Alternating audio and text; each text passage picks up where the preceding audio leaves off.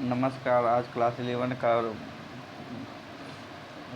अर्थशास्त्र का दूसरा चैप्टर भारतीय अर्थव्यवस्था के बारे में चर्चा करेंगे। ध्यान से समझिएगा। 11वीं पंचवर्षीय योजना की क्रियान्वयन अवधि थी 7 से 12। महालनोबिस का औद्योगिक विकास मॉडल किस योजना में है अपनाया गया? द्वितीय। कृषि उत्पाद का वो हिस्सा जो किसानों द्वारा बाजार में बेचा जाता कहलाता है विक्रय अधिशेष और विपणित अधिशेष। भारत में नई कृषि नीति का वास्तविक प्रारंभ कब हुआ? 1966 में। भारत में कितने प्रतिशत लोग कृषि पर आश्रित हैं? 70। स्वतंत्रता प्राप्ति के बाद अब तक कितनी औद्योगिक इकाइयाँ घोषित हुई? 6। भारतीयों में किस प्रकार की अर्थव्यवस्था देखी जाती है? मिश्रित।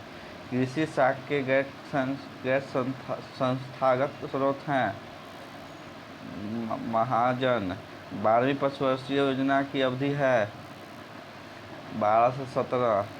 कृषि साख के साधन हैं इनमें सभी भूस्वामी व्यावसायिक बैंक, ग्रामीण बैंक। प्रथम पशु योजना की प्राथमिकता उत्पादन था। कृषि। हरित क्रांति में सम्मिलित है इनमें सभी HYV बीज, रासायनिक उर्वरक, कृषि यंत्रीकरण। जैविक कृषि एक धारणीय खेती है। भारत की पहली औद्योगिक नीति किस वर्ष घोषित हुई? 1948 में। योजना आयोग की स्थापना हुई थी 1950 में। चिपको आंदोलन की शुरुआत किसने की? सुंदरलाल बहुगुणा। द्वितीय औद्योगिक नीति कब घोषित की गई? 1956। राष्ट्रीय विकास परिषद का गठन कब हुआ था? 6 अगस्त 1952। प्रथम पंचवर्षीय योजना लागू हुई 1 अप्रैल 1951 में। दूसरी हरित क्रांति का नारा किसने दिया? APJ अब्दुल कलाम। एक अंक वाला प्रश्न। अर्थशास्त्र की परिभाषा लिखिए। अर्थशास्त्र का अध्ययन है कि कोई व्यक्ति या समाज अपने वैकल्पिक प्रयोग वाले दुर्लभ संसाधनों का प्रयोग अपने आवश्यकता की संतुष्टि के लिए अथवा वितरण समाज के विभिन्न व्यक्तियों और समूहों के बीच उपयोग के लिए कैसे करें। आर्थिक क्रिया का एक उदाहरण दीजिए। कारखाने में कार्यरत। अर्थशास्त्र को परिभाषित करो। उत्तर। अर्थशास्त्र वह विज्ञान है जो दुर्लभ संसाधनों द्वारा असीमित आवश्यकताओं को पूरा करता है। दुर्लभता का क्या अर्थ है? मांग की अपेक्षा पूर्ति की सीमितता दुर्लभता कहलाती है। उपभोग किया है। मानवीय आवश्यकताओं की संतुष्टि के लिए वस्तुओं एवं सेवाओं का प्रयोग करना उपभोग कहलाता है। आर्थिक गतिविधि से क्या अभिप्राय है? ये गतिविधियाँ जो आजीविका अर्जित करने हेतु की जाती है। गैर आर्थिक गतिविधि से क्या अभिप्राय है? वे गतिविधियाँ जो धन सृजन के से संबंधित नहीं है।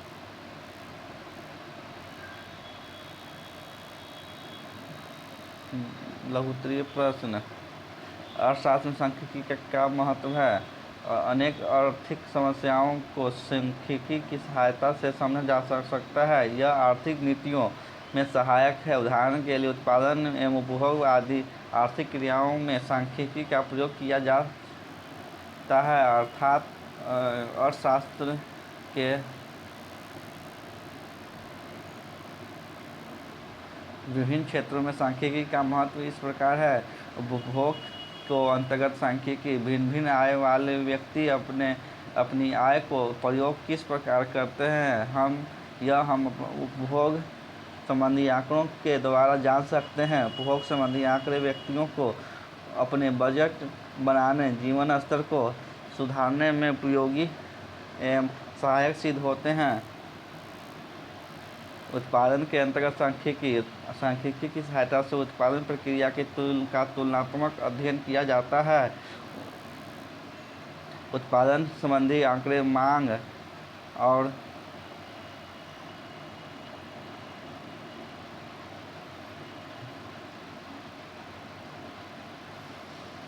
पूर्ति में सामंजस्य स्थापित करने में उपयोगी एवं सहायक हैं, क्योंकि इसके आधार पर वस्तु के उत्पादन की मात्रा को निर्धारित किया जाता है।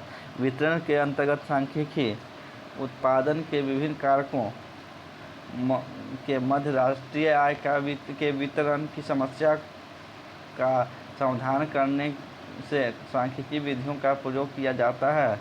सांख्यिकी के महत्वपूर्ण कार्यों का वर्णन कीजिए। तो सांख्यिकी महत्वपूर्ण कार्य करती है, जो कि इस प्रकार है। आर्थिक समस्या का समझने में सहायक।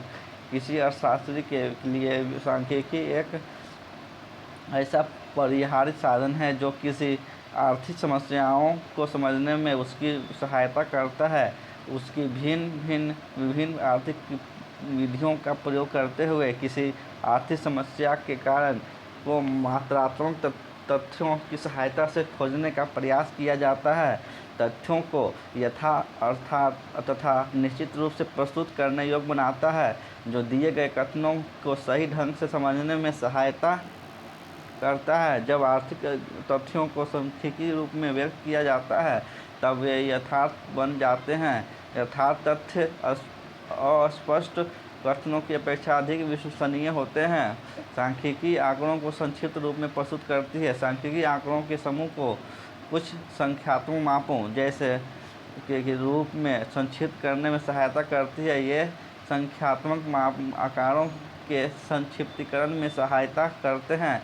उदाहरण के लिए, यदि किसी आंकड़ों के लोग की संख्या बहुत अधिक है, तो उन सब की आय को याद रख पाना असंभव है। फिर सांख्यिकी रूप में प्राप्त संक्षिप्त अंकों जैसे औसत आय को याद रखना आसान है। इस प्रकार सांख्यिकी के द्वारा आंकड़ों के समूह के विषय में सार्थक एवं समग्र सूचना प्रस्तुत की जाती है।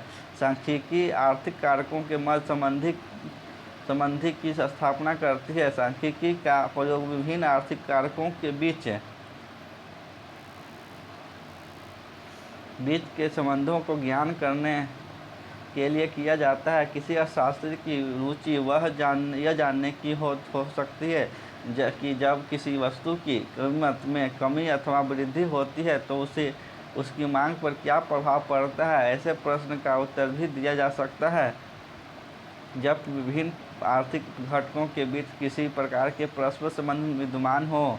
इस प्रकार का कोई परस्पर संबंध विद्यमान है या नहीं, उसे उन आंकड़ों में सांख्यिकी विधियों का प्रयोग कर सरलता से स्थापित किया जा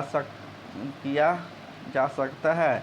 सांख्यिकी आर्थिक योजनाओं एवं नीतियों के निर्माण में सहायता करती है। सांख्यिकी विधियाँ ऐसी उपयुक्त आर्थिक नीतियाँ के गठन में सहायता देती है जिनमें आर्थिक समस्याओं का समाधान हो सकता है।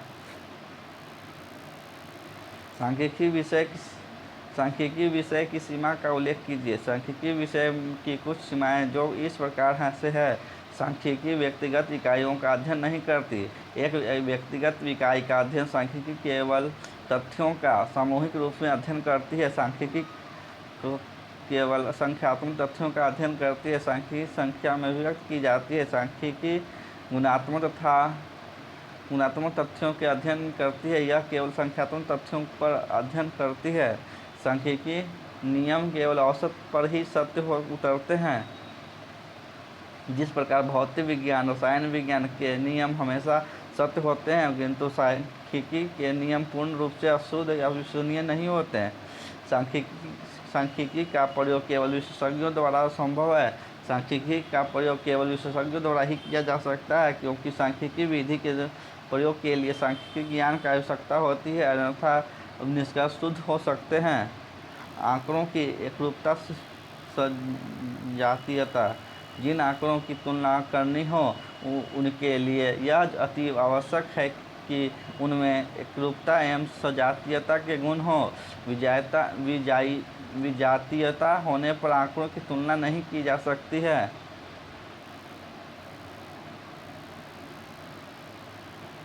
भारतीय अर्थव्यवस्था योजना की परिभाषा दीजिए। योजना इसकी व्याख्या करती है कि देश में संसाधनों का प्रयोग किस प्रकार किया जाना चाहिए। भारत में योजना को क्यों चुना? अंग्रेजों ने भारत को विभाजन की समस्याओं के साथ स्थिर और खोखली अर्थव्यवस्था के रूप में छोड़ दिया।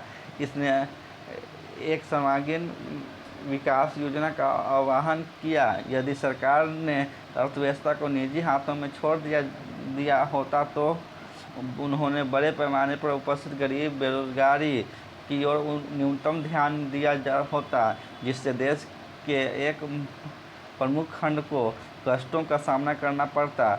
हमें एक बड़े स्तर की योजना के साथ एकीकृत प्रयास की जरूरत थी, जो सरकार केवल आर्थिक योजना प्रणाली द्वारा ही कर सकती थी। इसलिए भारत ने योजना को चुना। योजना के लक्ष्यों का क्या होने चाहिए? कोई भी योजना बिना विशिष्ट और समान लक्ष्यों के बनना पूर्णतः अर्थहीन है। हर योजना में विशिष्टता के साथ कुछ लक्ष्य होना आवश्यक है। एक छात्र तक जब परीक्षा की तैयारी तक की योजना बनाता है तो उसके भी कुछ विशिष्ट लक्ष्य होते हैं, जैसे कब तक एक विषय को समाप्त करना। तो हम बिना विशिष्ट लक्ष्यों के राष्ट्रीय योजनाओं के बारे में कैसे सोच सकते हैं? निश्चित रूप से योजनाओं के लक्ष्य होना जरूरी है। इन्हें सामान्य और विशिष्ट लक्ष्यों में वर्गीकृत किया जा सके। उच्च पैदावार वाली किस्में बीज क्या होते हैं? वे बीज जो पानी, उर्वरक, कीटनाशक और अन्य सीमाती प्रदान किए जाने वाले आश्वासन उपरांत अधिक उत्पादन दें। उन्हें उच्च पैदावार वाली किस्म HYV के बीज कहा जाता है। विक्रय अधिशेष क्या है? किसानों द्वारा उत्पाद का बाजार में बेचा गया अंश विक्रय अधिशेष कहलाता है। कृषि क्षेत्र में लागू किए गए भूमि सुधार आवश्यकता और उनके प्रकारों की व्याख्या कीजिए। भारत में बिचौलियों की एक बड़ी सेना थी, जैसे जमींदार, महलवार, रैयत आदि, जो वास्तविक किसान से किराया वसूल करते थे। उसका एक हिस्सा भू राजस्व के रूप में सरकार के पास जमा कराते थे। वे किसानों के साथ दासों जैसा व्यवहार करते थे। आवश्यकता: बिचौलियों के उन्मूलन का उपाय वास्तविक जोतक और किसान के बीच सीधा संबंध स्थापित करने के लिए किया गया। बंजर भूमि, जंगल आदि राज्य सरकार को स्थानांतरित करने के लिए, भूमि वितरण में समानता लाने के लिए, किसानों को भूमि का मालिक बनाने के लिए। प्रकार: जमींदारी प्रथा का उन्मूलन, सरकार और किसान के बीच में सीधा संपर्क स्थापित करने के लिए जमींदारी प्रथा को उन्मूलन कर दिया गया ताकि किसानों के शोषण को दूर किया जा सके। इन बिचौलियों ने किसानों पर भारी शुल्क लगाए, परंतु सिंचाई सुविधाओं, भंडारण सुविधाओं, ऋण सुविधाओं, विपणन सुविधाओं की ओर कोई ध्यान नहीं दिया। किराएदारी सुधार ये निम्नलिखित संबंधित थे: किराया विनियमन, कार्यात्मक सुरक्षा, कार्यकाल सुरक्षा, किराएदारों के लिए स्वामित्व अधिकार, अधिक भूमि सीमा अधिनियम। इस अधिनियम के अंतर्गत किसी व्यक्ति की कृषि भूमि की अधिकतम सीमा निर्धारित कर दी गई। कृषि पुनर्गठन का संबंध भूमि के पुनर्वितरण, भूमि चकबंदी, सहकारी खेती से है। हरित क्रांति क्या है? इसे क्यों लागू किया गया? इससे किसानों को क्या लाभ पहुंचा? संक्षिप्त में व्याख्या कीजिए। यह एक रणनीति थी जो अक्टूबर 1965 में कृषि उत्पादन बढ़ाने के लिए शुरू की गई थी। इसे अलग अलग नाम दिए गए, जैसे नई कृषि नीति, बीज, उर्वरक, पानी और प्रौद्योगिकी। नई कृषि नीति अपनाने से पूर्व भारतीय कृषि की परिस्थितियाँ इस प्रकार थीं: कृषि कम अनियमित वृद्धि दर्शा रही थी, कृषि में चरम क्षेत्रीय असमानता तथा बढ़ती हुई अंतर्वर्गीय असमानता थी। लगातार 2 वर्ष गंभीर सूखे की स्थिति थी। पाकिस्तान के साथ भारत का युद्ध चल रहा था। अमेरिका ने भारत को 480 आयात करने से इनकार कर दिया। इस स्थिति को सुधारने के लिए हरित क्रांति को अपनाया गया। भारत ने खाद्यान्न आपूर्ति जैसी महत्वपूर्ण मद के लिए विदेशी मदद पर निर्भर न रहने का निर्णय किया। यही हरित क्रांति की उत्पत्ति बिना जो एक जैव रासायनिक प्रौद्योगिकी थी जिसके द्वारा उत्पादन की वैज्ञानिक विधियों का उपयोग करके प्रति एकड़ उत्पादन को बढ़ाया जाना था। हरित क्रांति लाभ आय में बढ़ोतरी, क्योंकि हरित क्रांति काफ़ी वर्षों तक गेहूं और चावल तक सीमित था, इसलिए इसका लाभ पंजाब, हरियाणा, पश्चिमी उत्तर प्रदेश, आंध्र प्रदेश जैसे गेहूं चावल उत्पादक क्षेत्रों को हुआ। इन राज्यों के किसानों की आय तेजी से बढ़ी। हरित क्रांति इन राज्यों के गरीबी दूर करने में सफल रही। सामाजिक क्रांति पर प्रभाव आर्थिक क्रांति के साथ साथ सामाजिक क्रांति भी थी। इससे पुराने सामाजिक मान्यताओं और रीति रिवाजों को नष्ट कर दिया। लोग प्रौद्योगिकी बीज उर्वरकों के परिवर्तन को स्वीकार करने के लिए तैयार हो गए। खेती में पारंपरिक विधियां खेती की आधुनिक विधियों में परिवर्तित हो गई। रोजगार में वृद्धि, हरित क्रांति की वजह से जमीन के एक टुकड़े पर एक से अधिक फसल उगाने की संभावना के साथ काफ़ी हद तक मौसमी बेरोजगारी की समस्या हल हो गई, क्योंकि इनमें क्रियाशील हाथों की आवश्यकता पूरे वर्ष थी। इसके अतिरिक्त पैकेज आदानों के लिए बेहतर सिंचाई सुविधा की आवश्यकता थी। इससे भी रोजगार के अवसर बढ़े। योजना उद्देश्य के रूप में समानता के साथ समृद्धि की व्याख्या कीजिए। समृद्धि समानता दो संघर्षशील उद्देश्य हैं, अर्थात एक को पाने के लिए दूसरे को त्याग करना होगा। कुछ अर्थशास्त्रियों ने अनुसार आय की समानता समृद्धि में बाधक है, क्योंकि इससे काम करने की प्रेरणा में कमी आती है। इसके अतिरिक्त आय की समानता से देश का उपभोग स्तर बढ़ जाता है, बचत स्तर कम हो जाता है। उपभोग अधिक होगा तो बचत कम होगी। बचत कम होने से निवेश के लिए धन की कमी होगी, जिससे अर्थव्यवस्था की समृद्धि दर में कमी आएगी। क्या रोजगार सृजन की दृष्टि से योजना उद्देश्य के रूप में आधुनिकीकरण विरोधाभास पैदा करता है? व्याख्या कीजिए। उद्देश्यों के विरोधाभास का अर्थ है कि दो उद्देश्य को एक साथ उपलब्ध नहीं कर सकते। एक उद्देश्य को प्राप्त करने के लिए हमें दूसरे का बलिदान करना होगा। आधुनिकीकरण रोजगार, आधुनिकीकरण का अर्थ है उत्पादन एवं नवीन तकनीकों का प्रयोग करना। नई तकनीकें अधिकतर पूंजी गहन होती है, अतः हम रोजगार उत्पन्न करती है। इसलिए यदि आधुनिकीकरण पर एक योजना लक्ष्य के रूप में बदल दिया जाता है तो रोजगार सृजन कम हो पाएगा, परंतु यह केवल अल्पकाल में होगा। जैसे जैसे आधुनिकीकरण होगा, पूंजीगत वस्तु उद्योग का विकास होगा, वहाँ भिन्न भिन्न प्रकार के रोजगार अवसर सृजित होंगे, परंतु जिस तरह की नौकरियों का सृजन होगा उसके अनुसार श्रम में कौशल होना आवश्यक है। भारत जैसे विकासशील देश के रूप में आत्मनिर्भरता का पालन करना क्यों आवश्यक होता है? स्वतंत्रता के पूर्व संध्या पर भारत गरीब और गतिहीन और पिछड़ा हुआ था। खाद्यान्नों का भारी आयात किया जा रहा था, इसलिए आत्मनिर्भर होना अति आवश्यक था। आत्मनिर्भरता की विशेषताएं इस प्रकार है। खाद्यान्नों में आत्मनिर्भर होना, विदेशी मदद और आयातों पर निर्भरता में कमी, जो तभी संभव है जब घरेलू उत्पाद में वृद्धि हो। सकल घरेलू उत्पाद में उद्योगों के योगदान में वृद्धि। किसी अर्थव्यवस्था का क्षेत्र गठन क्या होता है? यह आवश्यक है कि अर्थव्यवस्था में जीडीपी में सेवा क्षेत्र का सबसे अधिक योगदान करना चाहिए। टिप्पणी कीजिए।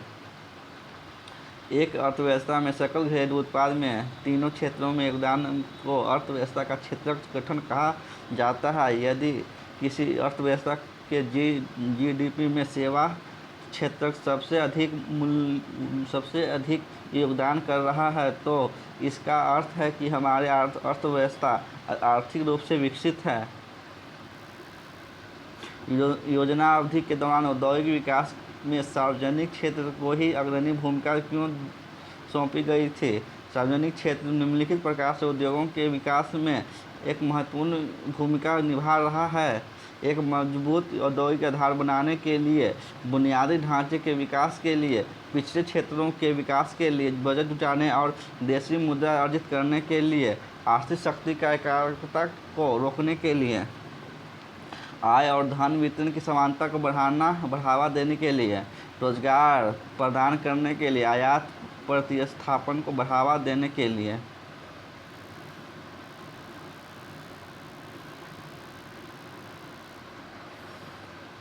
अगला क्वेश्चन, इस कथन से व्याख्या करें कि हरित क्रांति ने सरकार को खाद्यान्न के प्रमाणन द्वारा विशाल सुरक्षित भंडार बनाने के योग्य बनाया ताकि वह कमी के समय उसका उपयोग कर सके।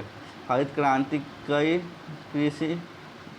नई कृषि तकनीक के उपयोग से कृषि उत्पादकता में होने वाली भारी वृद्धि को संदर्भित करता है। इसने एक दुर्लभतापूर्ण अर्थव्यवस्था को बहुआयातपूर्ण अर्थव्यवस्था में बदल दिया। हरित क्रांति के उत्पादकता में भारी परिवर्तन आया। हरित क्रांति के लगातार उपस्थित खाद्यान्नों में कमी को दूर करने में मदद की। अधिक पैदावार वाली किस्मों का कार्यक्रम HYP केवल 5 फसलों अर्थात गेहूं, चावल, ज्वार, बाजरा, मक्का तक ही प्रतिबंधित रहा। वाणिज्यिक फसलों को नई कृषि तकनीक के दायरे से बाहर रखा गया। गेहूं उत्पादन में पर्याप्त वृद्धि देखने में आई। गेहूं का उत्पादन जो तीसरे पंचवर्षीय योजना में 12.1 मिलियन टन था, जो 2006 में बढ़कर 79.8 मिलियन टन हो गया। इसी तरह चावल का उत्पादन 1968-69 में 38.1 मिलियन टन से बढ़कर 2005-06 में 93.4 मिलियन टन हो गया। मोटे अनाजों के उत्पादन में 1968-69 में 26.1 मिलियन टन था, जो मात्र 33.9 मिलियन टन तक बढ़ा। अगला क्वेश्चन, सहायकी किसान को नई औद्योगिक का प्रयोग करने को प्रोत्साहित तो करती है, पर उनका सरकारी वित्त पर भारी बोझ पड़ता है। इस तथ्य को ध्यान में रखकर सहायकी की उपयोगिता की चर्चा करें। अलग अलग अर्थशास्त्रियों ने सहायकी के विषय में अलग अलग विचार है। कुछ सहायकी का पक्ष लेते हैं तो कुछ इसके मूल पक्षधर हैं। अपने पक्ष के लिए वे जो तर्क देते हैं वे नीचे दिए गए। सहायकी के पक्ष में तर्क: नई तकनीक अपनाने के लिए किसानों को प्रोत्साहन देने के लिए सहायकी आवश्यक है। अधिकांशतः किसान गरीब हैं, अतः वे सरकारी मदद के बिना नई तकनीक को वहन करने में सक्षम नहीं होंगे। जो कृषि जोखिम भरा व्यवसाय, अतः जो गरीब किसान उसका जोखिम उठाने में सक्षम नहीं है, उन्हें सरकारी सहायता की आवश्यकता है। यह सहायता न दी जाए तो नई तकनीक का लाभ केवल अमीर किसानों को होगा। इससे आय की असमानताएं बढ़ेगी। सरकार को यह सुनिश्चित करना चाहिए कि सहायकी का लाभ केवल गरीबों किसानों को मिले। सहायकी के विपक्ष तर्क: सहायकी का उद्देश्य पूरा हो चुका है, अतः इस चरणबद्ध रीति से हटा दिया जाना चाहिए। सहायकी का लाभ अमीर किसानों तथा उर्वरक कंपनियों को भी मिल रहा है, जिसकी आवश्यकता नहीं है। सहायकी सरकारी वित्त पर भारी बोझ है, जो अनंत आम आदमी को ही उठाना पड़ता है। हरित क्रांति के बाद 1990 तक हमारी 65% जनसंख्या कृषि क्षेत्र में ही क्यों लगी रही?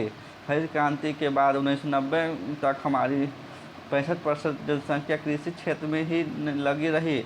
इसके कारण निम्नलिखित है।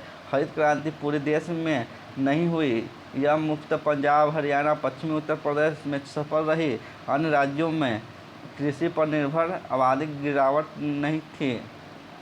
हरित क्रांति केवल कुछ फसलों तक ही सीमित थी, जिसमें मुख्य गेहूं और चावल हैं। अर्थशास्त्री ने इसे गेहूं क्रांति भी कहते हैं। अन्य क्षेत्रों में वैकल्पिक नौकरियों का सृजन नहीं हुआ।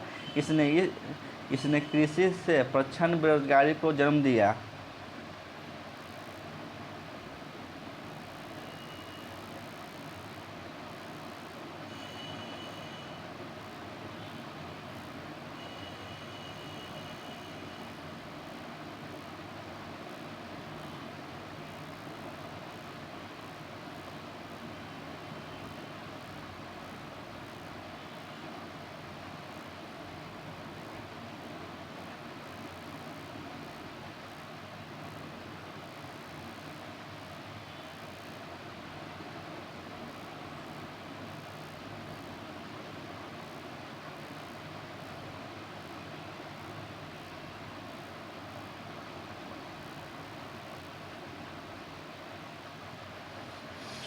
यद्यपि उद्योग के लिए सार्वजनिक क्षेत्र बहुत आवश्यक रहा है, पर सार्वजनिक क्षेत्र के अनेक उपक्रम ऐसे हैं जो भारी हानि उठा रहे हैं।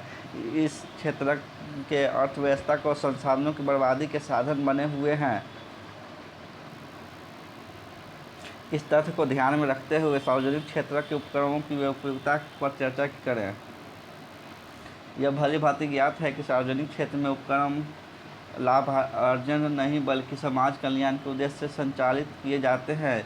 एक संस्था जो लाभ के लिए नहीं बल्कि समाज कल्याण के लिए कार्यरत है, उसे उपयोगिता को लाभ के आधार पर आंकना गलत है। सार्वजनिक क्षेत्र में उपक्रम लाभार्जन न कर रहे हों, परंतु यह उपयोगी है क्योंकि ये एक मजबूत औद्योगिक आधार का निर्माण करते हैं। यह सामाजिक और आर्थिक ढांचे के विकास में मदद करता है।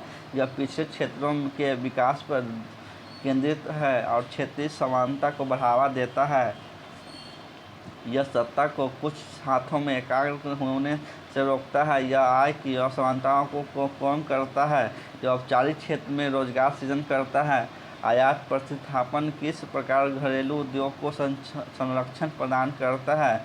आयात प्रतिस्थापन घरेलू उद्योग की रक्षा कर सकता है। ये विदेशी उत्पादकों को घरेलू बाजार में प्रवेश नहीं करने देते, इसलिए भारतीय उत्पादक को इन्हें उत्पादक के साथ प्रतिस्पर्धा नहीं करनी पड़ती और वे उतने कुशल न होते हुए भी बाजार में जीवित रह सकते हैं। यह शैशव अवस्था तर्क पर आधारित थी कि भारतीय उद्योग अभी शैशव अवस्था में है, इसलिए इन्हें विदेशी प्रतिस्पर्धा से सुरक्षा प्रदान की जानी चाहिए।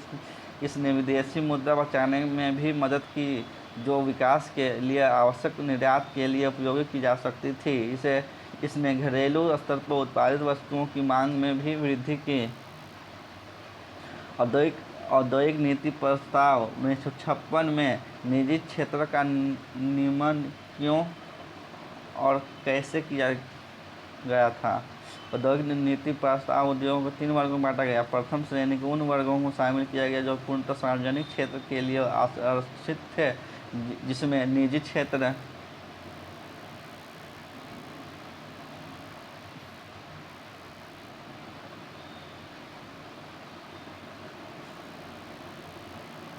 यह सतह कुछ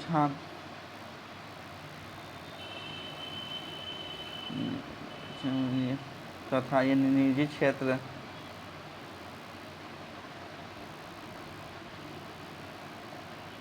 को प्रवेश की अनुमति नहीं थी। इसमें 17 उद्योग शामिल थे। दूसरी श्रेणी में वे उद्योग शामिल किए गए जिसमें निजी क्षेत्र सार्वजनिक क्षेत्र की भूमिका में पूरक की सकता है। तीसरी श्रेणी में शेष सभी उद्योगों शामिल थे जिसमें निजी क्षेत्र सहज प्रवेश कर सकता है।